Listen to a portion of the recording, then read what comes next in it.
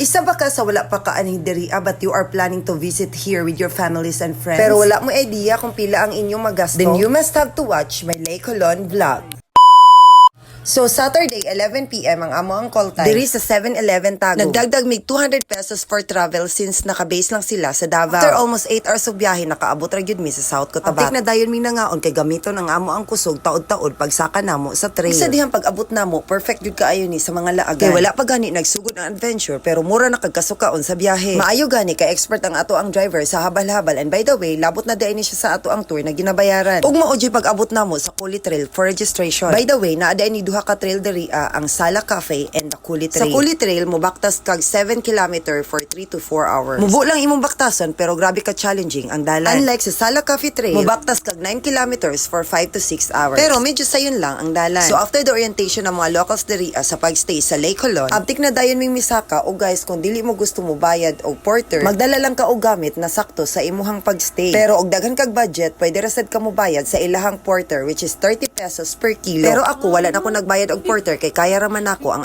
mga gamit. Ug naa di ay tay 5 ka stations sa Kuli Trail. Ug dapat sa kada stations mag-rest jud ta og mukaon para naa na putay kusog sa next trail. Ayaw ka bala ka kay naman pud sila mga baligyang food and water kada stations. Ug diri na ta karon sa pinaka-exciting part, ang pinakataas na sa kaunon diri sa Kuli Trail. Kay after ana kaniman ang reward na imong makita ang Lake Colon view deck. So mao gyud ni ang pinakasentro sa ato ang paglaag diri sa Hulon. So after picture taking and doing transition sa TikTok, abtik na dayon ming ni para mo adto na pud mi sa campsite. Og syempre kauban na mo ang amo ang tour guide na taga local diri. Medyo ubay-ubay yun ang ato ang baktason guys para makaabot ta ni ilang bangka-bangka. And by the way, magbayad pud ay tag 60 pesos for boat transfer dito padulong sa campsite. Ug pag-abot na mo sa campsite kay naka-all set na ang tanan kay since naanay nagdala sa amo ang tent para magbutang na lang jud mi sa amo ang mga gamit. And by the way guys, Soxlander Adventures po ang amo ang nakuha na tour package. For as low as 3,390 per head na nakalibreng van transportation, free dinner and breakfast. Ug wala na migisayang na oras kay igura mi nagbutang sa amo ang gamit dayon ni adto na pud dayon mi sa outlet. Nisakay na pud mi og bangka para makaabot sa outlet for only 200 pesos. Pwede na siya balikan. Mga 20 minutes pod before ka makaabot diri sa ilang ginatawag na outlet. So mag-andam lang jud ta og mga extra cash para sa mga activities na dili labot sa ilahang package. Sama ani mag-dive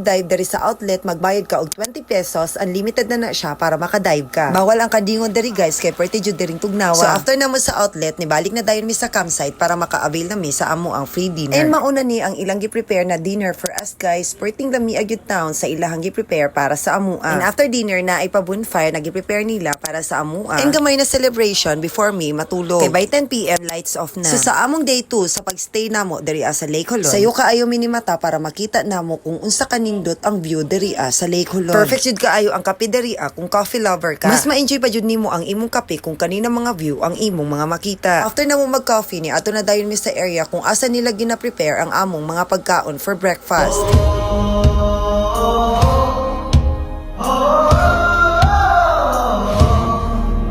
Ipanumpa kong ditikabian ug pagahuktan ko ang tanan. Ipanumpa kong digyo ko mubuhi ang kinabuhi ko kanino lang. Ug aptik na dayon mi nangaon kay mag-prepare na pod mi para sa amo ang pag-uli. So nag-video og picture sa mi for souvenir before mi mo balik sa Tagum. And syempre dili na to kalimtan ang muhalok diri sa ilang ginatawag na kissing stone kay basin di ay makita na nato ang ato ang forever pagbalik sa Tagum. Nihapit pod mi diri sa ilang ginatawag na centennial tree para sa amo ang transition sa TikTok. Ug pila ka oras na binaktasay na abot ra gyud namo ang Sala Cafe para sa amo ang log out.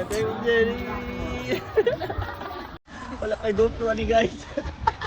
Agay.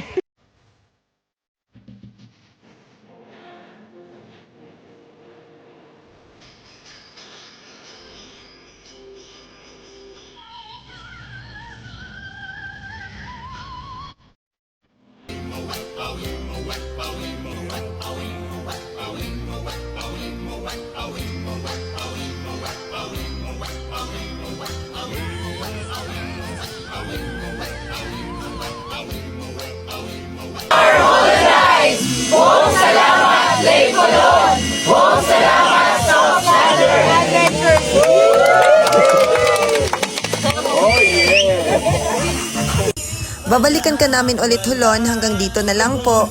Bye!